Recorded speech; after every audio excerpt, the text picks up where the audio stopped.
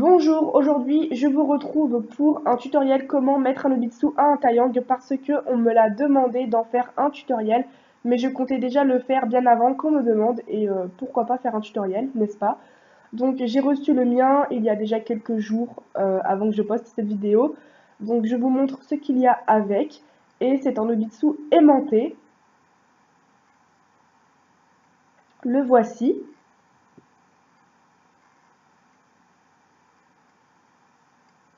Donc on va s'occuper du haut que je présente. Je prends un tournevis et je vais dévisser la vis qui est au-dessus de l'embout qui est déjà posé sur le bitsu. Je retire la vis, j'enlève l'embout parce qu'il est fin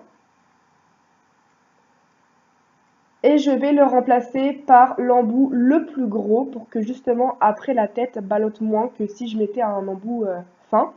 Je le pose, je remets la vis et je revisse. Les images parlent d'elles-mêmes et j'espère que vous comprenez ce que je dis. Ensuite, je vais prendre des élastiques pour que, en plus, la tête ballotte moins. Donc, je les mets dans le trou que vous voyez.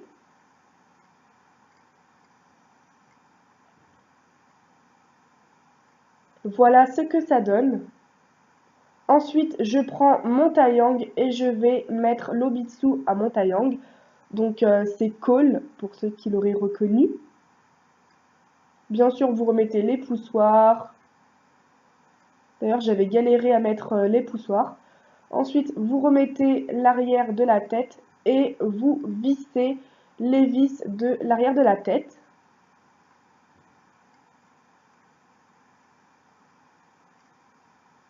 Voilà. Donc, voilà, il est sur son obitsu. Ensuite, je voulais vous montrer quelque chose d'autre qu'il y a en plus des embouts. Donc, il y a des espèces de cercles que vous voyez. Ensuite, je vais prendre le cercle le plus fin.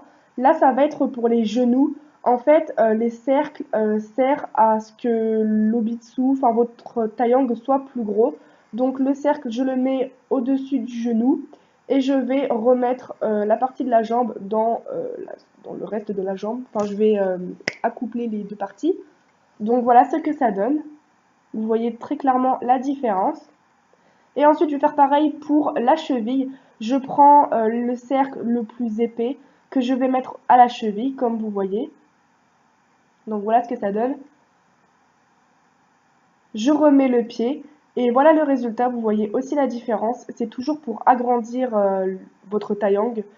Donc voilà, le tutoriel est terminé. J'espère qu'il vous aura plu et que vous aurez tout compris sur ce. À plus dans une prochaine vidéo. Salut!